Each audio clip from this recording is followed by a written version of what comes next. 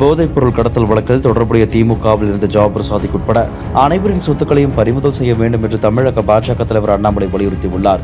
இது தொடர்பாக அவர் வெளியிட்டுள்ள அறிக்கையில், திமுக ஆட்சிக்கு வந்த பிறகு தமிழகத்தில் அதிகரித்துள்ள போதைப் பொருள் கடத்தல், பள்ளி மாணவர்களை கூட விட்டு வைக்காத போதைப் பொருட்களின் தாக்கம், தமிழகம் முழுவதுமே பரவலாக போதைப் பொருட்கள் கிடைப்பது ஆகியவை குறித்து ஊடகங்களில் வெளியான செய்திகளை சுட்டிக்காட்டி திமுக அரசு கடுமையான நடவடிக்கை எடுக்க வேண்டும் என்று தமிழக பாஜக தொடர்ந்து வலியுறுத்தி வந்திருக்கிறது. சமூகத்தில் போதைப் பொருளால் ஏற்படும் அச்சுறுத்தல்களை கையாள்வதில் திமுக அரசு முழுவதுமாக தோல்வியடைந்த நிலையில் தமிழக பாஜகவின் கடுமையான எச்சரிக்கைக்கு பிறகு கடந்த 2022 ஆண்டு ஆகஸ்ட் மாதம் தமிழக முதலமைச்சர் ஒரு மேம்போக்கான அறிக்கையை வெளியிட்டார். அந்த அறிக்கையில் போதைப் பொருள் கடத்தவர்கள் மீது உரிய நடவடிக்கை எடுக்காவிட்டால் காவல்துறை அதிகாரிகள் கடும் விளைவுகளை சந்திக்க நேரிடும் என்றும், பெற்றோர்கள், பள்ளி ஆசிரியர்கள் மற்றும் கல்லூரி நிர்வாகங்கள் ஆகியோர் போதைப் பொருட்கள் இல்லாத சமூகத்தை உருவாக்குவதில் தங்கள் பங்கு குறித்து விழிப்புடன் இருக்க வேண்டும் என்று வலியுறுத்தியிருந்தார்.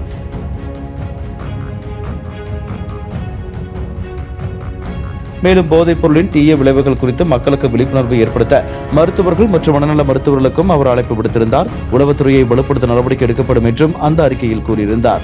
தமிழக முதலமைச்சர் திரு மு க ஸ்டாலின் அவர்களின் அறிவிப்பில் மிகப்பெரிய முரண்பாடு என்னவென்றால், போதைப் பொருள் கடத்தல்காரர்கள் பிடிபட்டால் அவர்களின் சொத்துக்களை தமிழக அரசு பறிமுதல் செய்யும் என முதலமைச்சர் எச்சரித்திருந்த அதே காலகட்டத்தில் அவரது கட்சியான திமுகவின் நிர்வாகி ஒருவர் போதைப் பொருள் விற்பனை செய்து முறைகேடாக சம்பாதித்த பணத்தின் மூலம் செல்வந்தராக மாறியுள்ளார்.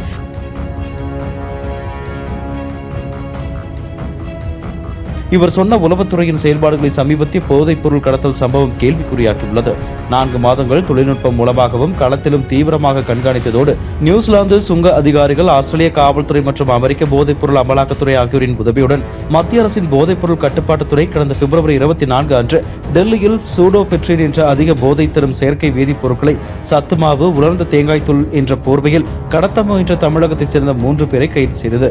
இந்த போதைப் பொருள் மாஃபியாவின் தலைவனாக செயல்பட்டவர் தமிழ் திரைப்பட தயாரிப்பாளரும் திமுக அயலக பிரிவின் நிர்வாகியுமான ஜாஃபர் சாதிக் என்பவர் ஆவார்.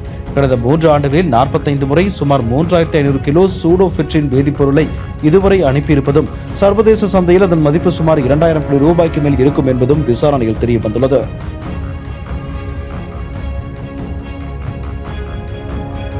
நியூசிலாந்து மற்றும் ஆஸ்திரேலிய நாடுகளில் செயல்படும் இந்த போதைப் பொருள் கடத்தல் கும்பலை கைது செய்து இந்த கடத்தல் வலையை அறுத்தெறிய இந்திய போதைப் பொருள் கட்டுப்பாட்டுத்துறை அந்த நாட்டு அதிகாரிகளையும் அணுகியுள்ளது. இந்த சர்வதேச போதைப் பொருள் கடத்தலுக்கு உடந்தையாக இருக்கும் ஜாபர் சாதிக்கின் சகோதரர் முகமது சலீம் என்பவர் விடுதலை சிறுத்தைகள் கட்சியின் மாவட்ட அளவிலான நிர்வாகியாக இருக்கிறார்.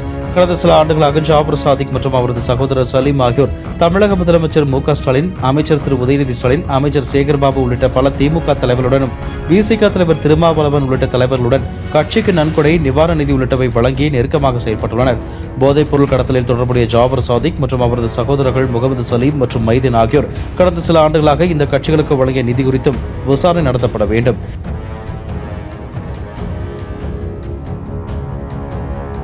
இந்த ஜாஃபர் சாதிக் போதைப் பொருள் கடத்தல் மூலம் கிடைத்த பணத்தை தமிழக திரைப்படத்துறையில் முதலீடு செய்து கடந்த சில ஆண்டுகளாக ஏராளமான திரைப்படங்களை தயாரித்துள்ளார்.